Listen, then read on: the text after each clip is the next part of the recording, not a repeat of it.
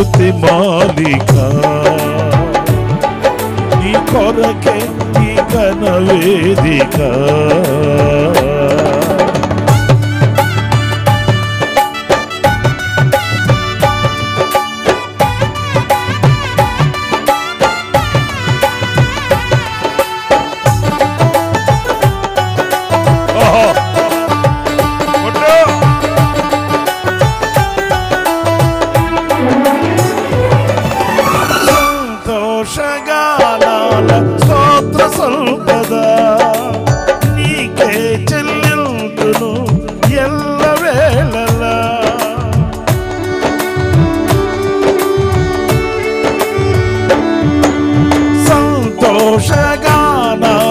స్తోత్ర సంపద నీకే చెల్లిందును ఎల్లవేళల అనురాగశీలుడా అనుగ్రహపూర్ణుడా నీ గుణశీలత వర్ణింపతరమా అనురాగశీలుడా అనుగ్రహపూర్ణుడా నీ గుణశీలత వర్ణింపతరమా నా ప్రేమ ప్రపంచము నీవేనయ్యా నీవు లేని లోకాన నేనుండలేనయ్యా నా ప్రేమ ప్రపంచము నీవేనయ్యా నీవు లేని లోకాన నేనుండలేనయ్యా నా ప్రాణం నా ధ్యానం నీవేనయ్యా నా ప్రాణం నా ధ్యానం నీవేనయ్యా నీకేగా నా స్తుతి మాలిక నీ కొరకే ఈ ఘన వేదిక నీ ప్రేమ నాపై చల్లరిపోదు మరణానికైనా వెనుదిరుగలేదు ఆమె నీ ప్రేమ నాపై చల్లరిపోదు మరణానికైనా వెనుదిరుగలేదు మనలేను నిన్ను చూడగా మహాగణుడ నా యేసయ్యా నీకేగా నా స్తుతి మాలిక నీ కొరకే ఈ ఘన వేదిక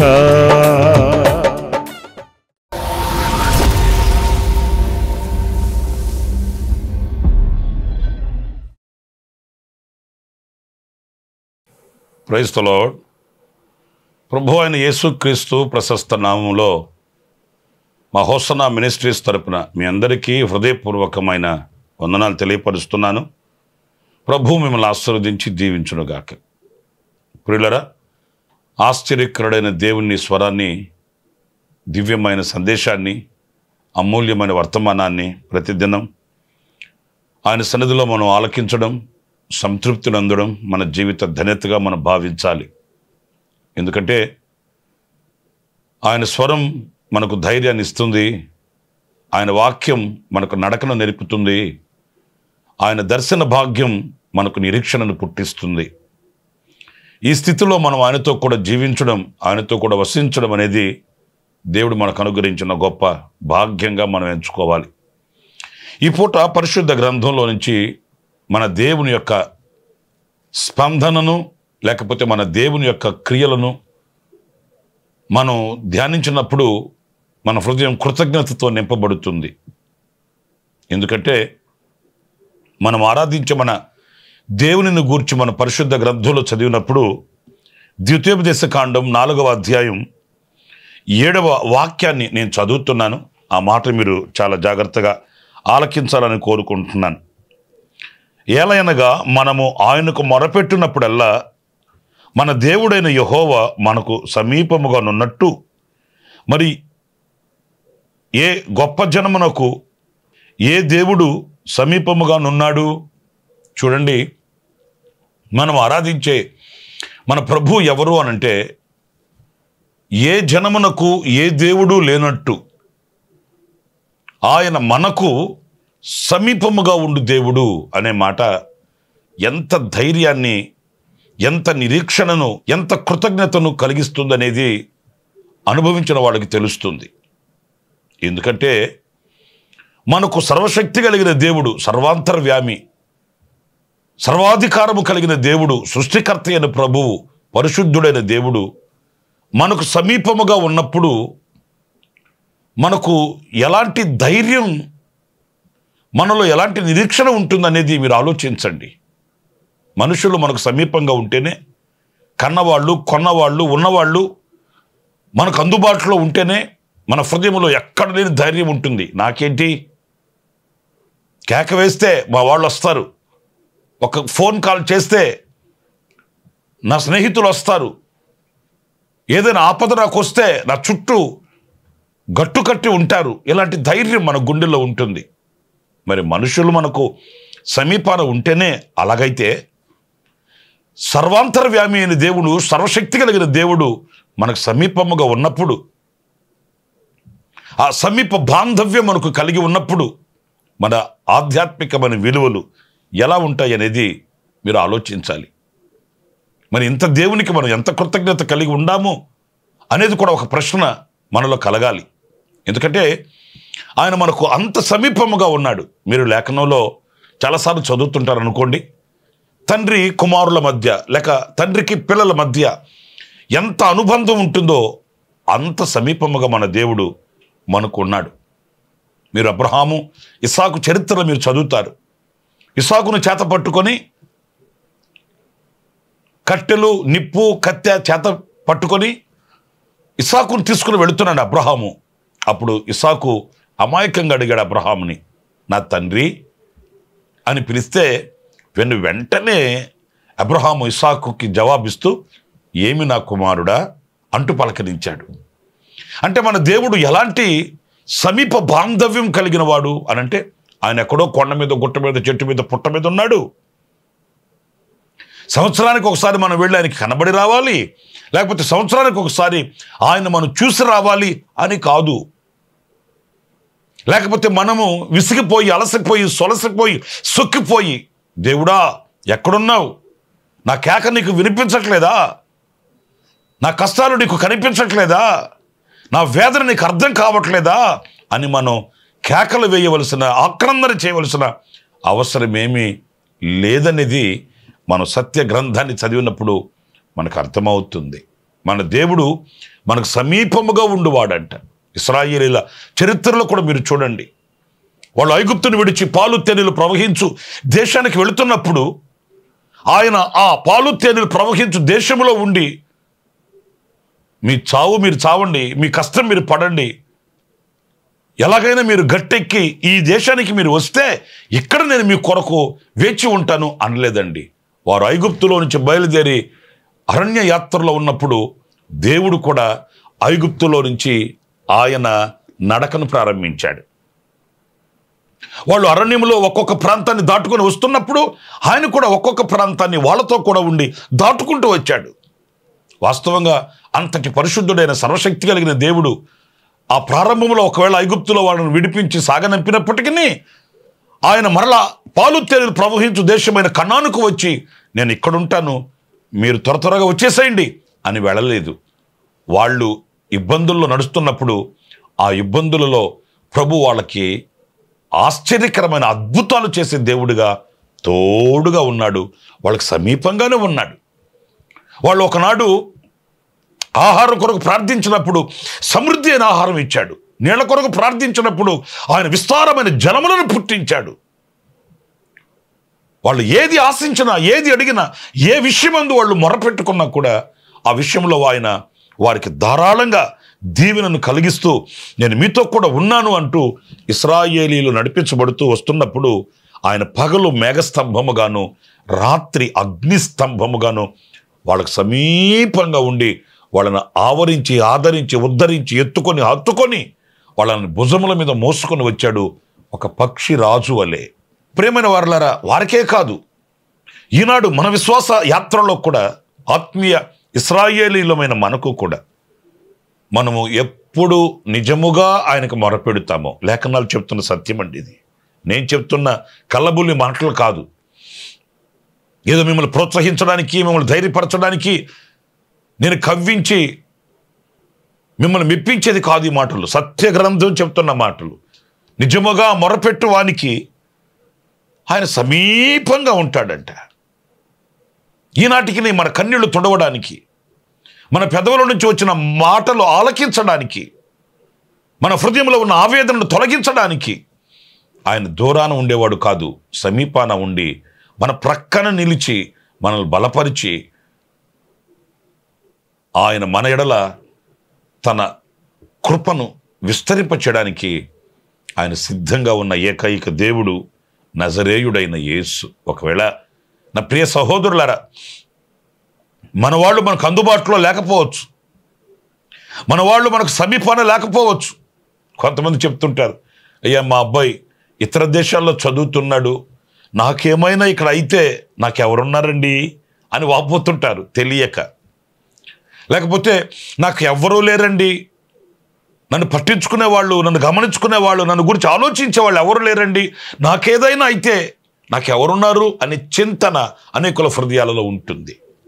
నేను మీకు దేవుని వాక్యాన్ని బట్టి చెప్తున్నాను, ఎవరు ఉన్నా లేకపోయినా, ఎవరి ఆధారాభిమానాలు ఉన్నా లేకపోయినా, ఎవరి యొక్క చెలిమి, ఎవరి యొక్క ప్రేమలు ఉన్నా లేకపోయినప్పటికీ సత్యదేవుడు, సర్వశక్తి కలిగిన దేవుడు నీకు సమీపాన ఉన్నాడు. ఆయన నీ కొరకై మహిమను విడిచి ఈ భూమిపైకి దిగివచ్చి నీ ప్రక్కన నిలిచి ఉన్నాడు అనేది ఏనాడు కూడా మర్చిపోకూడదని దేవుని వాక్యమును బట్టి నేను మీకు తెలియపరుస్తూ ఉన్నాను. మరొక విషయాన్ని, మన దేవుని యొక్క చర్యలు లేక ఆయన స్పందన, మరొక విషయాన్ని మీతో చెప్పాలి అనుకుంటే, యోహాను రాసిన మొదటి పత్రిక 5వ అధ్యాయం 13వ వాక్యంలోని మాటల్ని నేను చదువుతున్నాను. ఆ మాటలు కాస్త మీరు ఆలకించి చూడండి. ఆయనను బట్టి మనకు కలిగిన ధైర్యం ఏదనగా, ఆయన చిత్తానుసారముగా మనమేది అడిగినను ఆయన మన మనవి ఆలకించుననున్నదియే. ప్రియులారా చూడండి, రెండవ అనుభవం ఏంటంటే, ఆయన మనకు సమీపంగా ఉండడం మాత్రమే కాదంట, ఆయన చిత్తానుసారముగా మనం ఏది అడిగినను.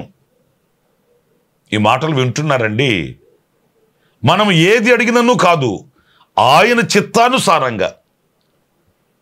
అంటే మనం అడిగేది ప్రతిదీ ఎలా ఉండాలి అని అంటే, ఆయన చిత్తానికి అనుకూలంగా ఉండాలి, ఆయన చిత్తానుసారంగా ఉండాలి.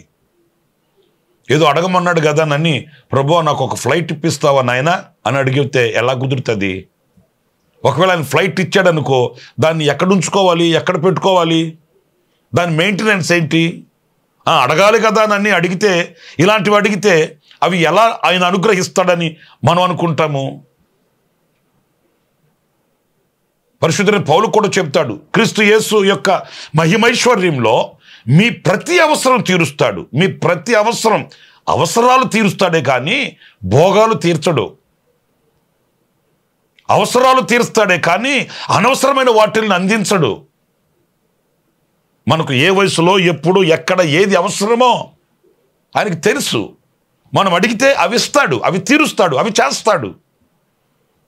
అంతేగాని అడగమన్నాడని, ప్రభువా వెనకింటి స్థలం నాకు వచ్చేయాలి, ఆ ముందుంటి స్థలం నాకు వచ్చేయాలి, ఈ పక్కింటి స్థలం వాళ్ళు ఖాళీ చేసి వెళ్ళిపోవాలి, నేను దాన్ని పొడిగించుకొని దాన్ని వశపరుచుకోవాలి, ఇలా స్వార్థప్రియులమై దేవుని చిత్తానికి విరుద్ధంగా మనం ప్రార్థన చేస్తే ఆ ప్రార్థన ఎలా అంగీకరిస్తాడు అని అనుకుంటాం మనం. తప్పు. ఈ వాక్యం స్పష్టంగా చెప్తుంది, ఆయన చిత్తానుసారంగా మనం ఏది అడిగినా ఆయన చిత్తానుసారంగా ఉండాలి. అంటే ఆయన చిత్తాన్ని తెలుసుకొని అడగాలి. ప్రభువా ఇది మీ చిత్తమా? యేసుక్రీస్తు చూడండి, ఆయన గొల్గతాకి, కపాలం అనే స్థలానికి సిలువను మోసుకొని వెళ్ళవలసి ఉంది. ఆ ప్రణాళిక ఆయనకి తెలుసు. ఆ భారభరితమైన హృదయంతో గెత్సేమనిలో ప్రార్థన చేస్తూ ఆయన మోకాళ్ళుని ప్రభుని అడుగుతున్నాడు, ఈ గిన్నె నా యొద్ద నుంచి తొలగించు, నేను నీ కుమారుణ్ణి, నా ప్రార్థన ఎందుకు ఆలకించువు? ఈ గిన్నె నా యొద్ద నుంచి తొలగించు, నాకు ఈ శిక్షాస్మృతిని తప్పించు అని ఆయన గట్టిగా అడగలేదు. ఏమని ప్రార్థన చేశాడు? ఈ గిన్నె నా యొద్ద నుంచి తొలగించు, అయినను నా చిత్తం కాదయ్యా, నీ చిత్తం నెరవేర్చబడాలి.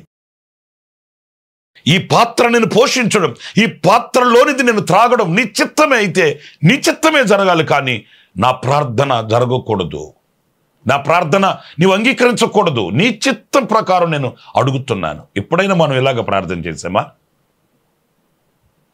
ఒకవేళ నీ చిత్తం కాకపోతే ఈ ప్రార్థనకు నీవు జవాబు ఇవ్వవలసిన అవసరం లేదు ప్రభువా, నీ చిత్తమే జరిగించు నాయన. ఒకవేళ నా కుటుంబం విషయంలో, నా పిల్లల విషయంలో, లేక నీ వ్యాపార ఉద్యోగ వ్యవసాయ కార్యక్రమాలలో ప్రభువా ఇదిగో నేను అడుగుతున్నాను, ఒకవేళ ఈ విషయంలో నీ చిత్తం ప్రకారం నేను అడగకపోతే ఈ ప్రార్థన నీవు ఆలకించవలసిన అవసరం లేదు నాయన, నీ చిత్తమే జరుగునుగాక అని ఏనాడైనా మనం ప్రార్థన చేసి ఉంటామండి? లేదు. నీ చిత్తం ఉంటే ఉన్నింది, నీ చిత్తం ప్రక్కన పెట్టి నేను అడిగేదాన్ని తీర్చవయ్యా బాబు అంటాము.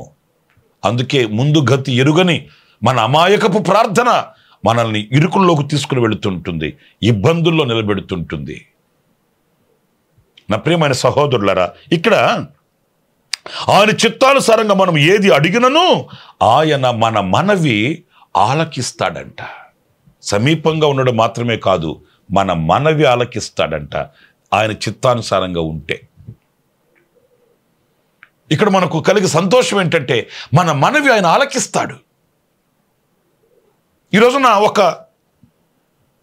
సమస్యను తీసుకొని వెళ్ళి తరచూ మనకు స్నేహితులైన వాళ్ళు, శ్రేయోభిలాషులైన వాళ్ళు, ఆత్మీయులైన వాళ్ళు, వాళ్ళ దగ్గరికి మనం వెళ్ళి పదే పదే పదే పదే తరచూ ఒక సమస్య చెప్తున్నాం అనుకోండి, విసుగుపడతారు. ఒరే బాబు ఆపరా స్వామి, ఓ వచ్చావంటే అదే చెప్తావేంటి, ఇంకా వేరే విషయం కనపడదా? ఇంకా మరి కొంతమంది వాళ్ళు వస్తున్నారంటేనే అక్కడి నుంచి జంప్ అయిపోతారు, వెళ్ళిపోతారు. ఎక్కడికి వెళ్ళిపోతారు. రే వాడు వస్తున్నాడు రోయ్, ఇక మరలా చరిత్ర స్టార్ట్ చేస్తాడాడు, ఎందుకు వచ్చిన గొడవ, వెళ్ళిపోతా పదా అని వెళ్ళిపోతారు. అంటే మన ఆప్తులైన వాళ్ళు, ఆత్మీయులైన వాళ్ళు, మనకున్న శ్రేయోభిలాషులు, స్నేహితులైన వాళ్ళు మన మనవి ఆలకించకపోవచ్చు, వాళ్ళకి విసుగు కలిగించవచ్చు. ఎన్నో వింటున్నాం మనం. తల్లిదండ్రులకు చెప్పుకుంటామా అంటే ఆలకించే పరిస్థితుల్లో లేరు. బంధువులకు చెప్పుకుందామా అంటే ఆలకించే పరిస్థితుల్లో లేరు. పోనీ మనల్ని ప్రేమించే ఆప్తులైన వాళ్ళకి చెప్పుకుందామా అంటే మనకు ఆమడ దూరాన్ని నిలిచారు, కంటికి కానరాని దూరానికి వెళ్ళిపోయారు. ఎవరు ఆలకిస్తారు? ఎవరు మనవిని అంగీకరిస్తారు? ప్రియులారా, కానీ మన ప్రభు అయిన యేసుక్రీస్తు ఎవరు అంటే ఆయనకు మొరపెట్టినప్పుడల్లా ఆయన ఆలకిస్తాడంట. ఏ విషయంలో నువ్వు ప్రార్థిస్తున్నావు, ఏ విషయంలో నువ్వు కన్నీరు కారుస్తున్నావు, ఏ విషయంలో నువ్వు అంగలార్చుచున్నావు, నీ హృదయంలో ఉన్న ఆవేదన ఏంటి, ఆయన ఆలకిస్తాడు. అయ్యో, లేఖనాలలో మీరు చూడండి, ఆయన ఎదుట దోషులై, ఆయన ఎదుట నిలవలేని పరిస్థితులలో అహంకారపు మత్తుతో, డబ్బు ఎత్తుతో తొలతూగి, దేవునికి విరోధ స్వభావం కలిగి, దేవునికి దూరమైపోయి కూడా పశ్చాత్తాప్తులై కన్నీళ్లు కార్చి ప్రభువా నన్ను క్షమించమని ప్రార్థించిన ప్రార్థనలు ఆయన ఆలకించాడండి. వారిని మరలా కటాక్షించి క్షమించి, ఎఫ్రాయిము ప్రార్థన చేసినప్పుడు ఆ ఎఫ్రాయిము ప్రార్థన ఆలకించాడు. మనస్సే ప్రార్థన చేసినప్పుడు ఆ మనస్సే ప్రార్థన ఆలకించాడు. శాంసన్ ప్రార్థన చేసినప్పుడు శాంసన్ ప్రార్థన ఆలకించాడు. నా మాట కాదని దూరమైపోయావు, ద్రోహివయ్యావు, దోషివయ్యావు, నీ మొర ఆలకింపబడదు అని ఆయన తొలగదూసుకుని వెళ్ళలేదు, ముఖం చాటు వేయలేదు, వెన్నుచూపలేదు. వాళ్ళ మనవి ఆలకించాడు. వాళ్ళ మనవి ఆలకించిన ఆ దేవుడు ఈనాడు మన మనవి ఆలకిస్తాడు, మన ప్రార్థన ఆలకిస్తాడు. ఎవరు నా గోడు వినేవాళ్ళు లేరు అనుకోవద్దు, ఎవరు నా మనవి వినేవాళ్ళు లేరు అనుకోవద్దు. నీ మొర ఆయన నిశ్చయంగా చూస్తున్నాడు. నీ కన్నీళ్లు చూచి తిని నీ మొర నేను ఆలకించానని హిస్కియాకి సమాధానం ఇచ్చిన దేవుడు ఈనాటికి నీ సజీవుడై ఉన్న చక్రాధిపతి అయిన దేవుడు. ఆయన నిన్న నేడు నిరంతరం ఏకరీతిగా ఉన్న సజీవుడు. ఆయన ఆలకిస్తాడు. సమీపముగా ఉండు దేవుడు, ఆలకించు దేవుడు. ఇంకొక చిన్న మాట కూడా నేను మీకు జ్ఞాపకం చేస్తే, యెషయా గ్రంథం 45వ అధ్యాయం 2వ వాక్యాన్ని నేను చదువుతున్నానండి. నేను నీకు ముందుగా పోవచ్చు, మెట్టగానున్న స్థలములను సరళము చేసేదను, ఇత్తడి తలుపులను పగలగొట్టెదను, ఇనుప గడియలను విరగగొట్టెదను. స్తోత్రం. దేవుని పరిశుద్ధ నామానికి మహిమ కలుగునుగాక. ప్రియులారా, మన దేవుని క్రియలు చూడండి. మనకంటే ముందు ఆయన వెళ్తాడంట. ఎంత ఘనమైన కార్యమో, ఎంత గొప్ప చర్యయో చూడండి. మనకంటే ముందు ఆయన వెళ్ళి మనము నడవలేని ఎత్తైన స్థలములను, మెట్టగా ఉన్న స్థలాల్ని చదును చేసి మనల్ని సమభూమిలో నడిపిస్తాడంట. ఎంత గొప్ప దేవునిని మనం ఆరాధిస్తున్నామండి. అంటే మనం కష్టంతో నడవడం కూడా ఆయనకి ఇష్టం లేదు. మనం ఇబ్బంది పడుతూ బంధకాల మధ్య ఎత్తైన స్థలములలో మనం కన్నీళ్లు కార్చడం కూడా ఆయనకి ఇష్టం లేదు. సమభూమిపై మన జీవితం ఎలా ఉండాలంటే సంతోషంగా, సమాధానంగా, శాంతియుతంగా ఉండాలని కోరిక కలిగిన గొప్ప దేవుడండి మనం ఆరాధించే దేవుడు. మెట్టగా ఉన్న స్థలం ఎక్కలేక, భారాన్ని మోయలేక, బాధ్యతలు విస్మరించలేక మనం వెనుతిరిగి చూడకూడదు.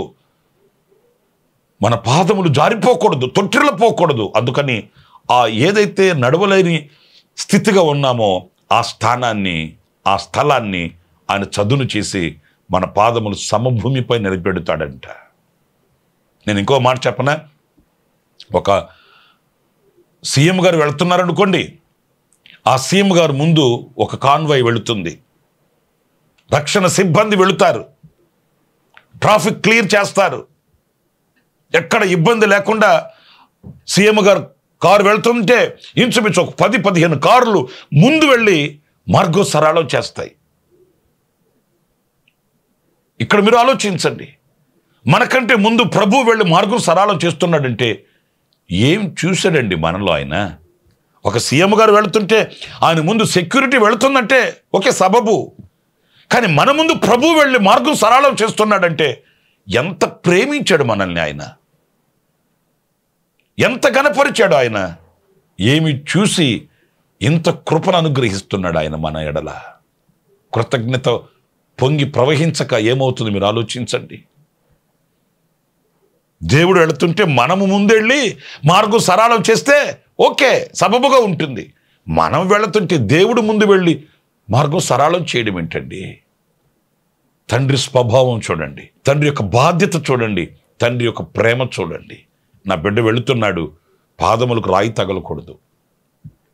నా కుమార్తె వెళుతుంది, కాళ్ళు జారిపోకూడదు, ఆటంకాలు ఎదురు కాకూడదు, అభ్యంతరాలు నిలవకూడదు, వాటిని సమభూమిగా చేయాలి. ఆయన కార్యసాధకముకు తన క్రియాశక్తిని బట్టి అద్భుతాలు చేసి సమభూమిగా చేసి మనల్ని ముందుకి నడిపించగలిగిన శక్తి గల దేవుడు మనం ఆరాధించే మన ప్రభువు. ఒకవేళ ఏ భారం మోయలేక, ఏ మెట్టగా ఉన్న స్థలాన్ని ఎక్కలేక, భయముతో విభ్రాంతితో అలసిన పరిస్థితులలో గుండె గుప్పెట్లో పెట్టుకొని బ్రతుకుతున్నావు నాకు తెలియదు. నిశ్చయముగా నా దేవుడు నీవు నడువలేని ఎత్తైన ప్రతి స్థలాన్ని చదును చేస్తాడు, మార్గం సరళం చేస్తాడు.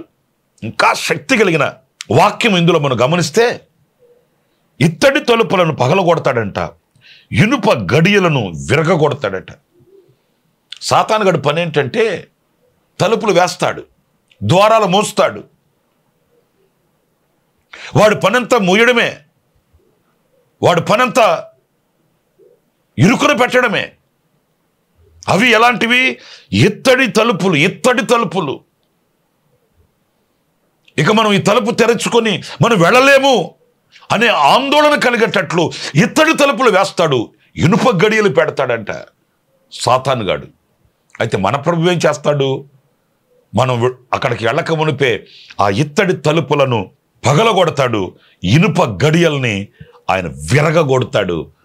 మన ఎదుట ఏ ఆటంకం లేకుండా, ఏ అభ్యంతరం లేకుండా తలుపులు తెరుస్తాడు. ప్రియులారా, మీరు ఆలోచించండి, ఆయన తలుపులు తెరిస్తే ఎవడు వేయలేడు. ఆయన ద్వారాలు తెరిస్తే ఎవరు ఆ ద్వారాలు మూయలేరు. ఆశ్చర్యకరమైనటువంటి అద్భుతం ప్రభు చేస్తాడు. మనం అనుకోవచ్చు తలుపులు వేయబడిపోయినాయి, అయిపోయింది మన పరిస్థితి, అయిపోయింది మన చాప్టర్, ఇక ద్వారాలు మూయబడిపోయినాయి, ఇనుప గడియలు పెట్టబడిపోయాయి, ఇక వెనుతిరిగి వెళ్ళిపోవలసిందే అని మనం అనుకుంటాం. కానీ ఆయనకు అసాధ్యమైంది ఏది లేదండి. ఆయనకు మరుగైనది లేదు, ఆయనకు అసాధ్యమైంది లేదు. ఆయనకి మన మీద జాలి కలిగినప్పుడు ఒక క్షణం చాలు. అబ్రహాం విసిగిపోయాడు. ఇంత ఆస్తి ఉంది, ఇంత సంపద ఉంది, ఇవన్నీ ఎవరి కొరకు? ఆ పెద్ద దాసుడైన ఎలియాజరుకే కదా. ఇంకేముంది? మూయబడిపోయిన ద్వారాలు, వేయబడిపోయిన ఇత్తడి ఇనుప గడియలు వేయబడిపోయినాయి. ఇంకా ఇంతటితో ఎలాగే మనం జీవితాన్ని ముగించవలసిందే, కానీ ఈ ద్వారాలు తెరవగలిగిన వాడు ఎవడున్నాడు అన్నట్లు అలసిపోయాడు. దేవుడు అన్నాడు, దేవునికి అసాధ్యమైనది ఏమైనా ఉన్నదా? ఉన్నదా అంటే ఏంటయ్యా? సారమ్మకి స్త్రీ ధర్మం ఉడికిపోయింది, నేను వృద్ధాప్యంలో ఉన్నాను, ఇక మరలా ఎలాగా నాకు సంతతి కలుగుతుంది? ప్రియులారా, ఆయన తలంచుకుంటే క్షణం చాలు. ఆయన తలంచుకుంటే ఒక్క క్షణం చాలు, ఒక్క పలుకు, ఒక్క మాట చాలు, అద్భుతం జరుగుతుంది. కానీ విని ఎరుగని ఆశ్చర్యమైన కార్యాలు మన కళ్ళతో మనం చూడగలుగుతాం. 3 విషయాలను మీతో చెప్తూ వచ్చాను. మన దేవుడు మనకు సమీపముగా ఉండువాడు, మన దేవుడు మన మనవి ఆలకించువాడు, మన దేవుడు మనకు ముందుగా వెళుతూ మెట్టగా ఉన్న స్థలములను సరళము చేసి ఎత్తడి తలుపులను ఆయన పగలగొడతాడు, ఇనుప గడియలను విరగొడతాడు, మనకు నడకను కొనసాగింప చేస్తాడు. ఆ సర్వశక్తి కలిగిన దేవునికి మహిమ, ఘనత, ప్రభావములు కలుగునుగాక. తలలు వంచండి, ప్రార్థన చేసుకుందాం. ఆశ్చర్యకరుడమైన తండ్రి, జీవాధిపతి అయిన ప్రభువా, మీకు వందనాలు. నాయనా, మీ మహత్యాన్ని, మీ శక్తిని, మీ సామర్థ్యతను, మా ఎడల మీకున్న ప్రేమ, అనురాగాన్ని మరొక్కసారి ధ్యానించుకోవడానికి మీరు ఇచ్చిన శుభ సమయం కొరకానికి స్తుతి చెల్లిస్తున్నాను. మీరు మాకు సమీపముగా ఉండు దేవుడవు, మా మనవి ఆలకించువాడవు, మాకు మార్గం సరళం చేసేవాడవు. నాయన, మీరు లేకపోతే క్షణమైన ఒక అడుగు కూడా మేము ముందుకు వేయలేము. మీరు ఉన్నారు, ఆదరిస్తున్నారు, ఉద్ధరిస్తున్నారు. అందుకు నీకు స్తోత్రాలు చెల్లిస్తూ ప్రతి దినం మీ అనుదిన కృపతో మమ్మల్ని నింపుతున్నారు. అందుకు నీకు స్తుతి చెల్లిస్తున్నాను. ఇదిగో ఈవేళ ఎవరైతే మీ సన్నిధిలో ప్రార్థన చేసుకుంటున్నారో, ఏ ఆటంకాల మధ్య ఆటంకపరచబడుతున్నారో, ఏ అవరోధాల మధ్య, అభ్యంతరాల మధ్య నలిగిపోతున్నారో, వారిని జ్ఞాపకం చేసుకొని వారి మనవి మీరు ఆలకించి మీ బిడ్డలకి నాయన స్థైర్యాన్ని, ధైర్యాన్ని ఇచ్చి మూయబడిన ద్వారాలు తెరవండి నాయన. క్రొత్తదైన దీవెనలు మీ బిడ్డను అనుభవించేటట్లు సహాయం చేసి క్షేమాభివృద్ధి కలిగించి సాక్షిగా, పత్రికగా వాడుకున్నామని మీరు మాకు అనుగ్రహించిన ఈ చక్కటి శుభ సమయం కొరకే స్తుతి చెల్లిస్తూ మీ పాదాల దగ్గర శిరస్సు ఉంచి నమస్కరిస్తూ యేసు ప్రశస్త నామములో ప్రార్థన చేసి వేడుకొనుచున్నాను తండ్రి. Amen, amen, amen. ప్రభు మిమ్మల్ని దీవించునుగాక. ఈ దినమంతా విశేషమైన కృప నా దేవుడు సమృద్ధిగా మీకు అనుగ్రహించుగాక. ఆమెన్. ప్రతి దినము ఈ అనుదిన కృపాను సందేశాల కొరకు, ఇంకా మరిన్ని ఆత్మ సంబంధమైన సందేశాల కొరకు ఈ మా యూట్యూబ్ ఛానల్ ని సబ్స్క్రైబ్ చేసుకోండి. Pastor Ramesh, ministries.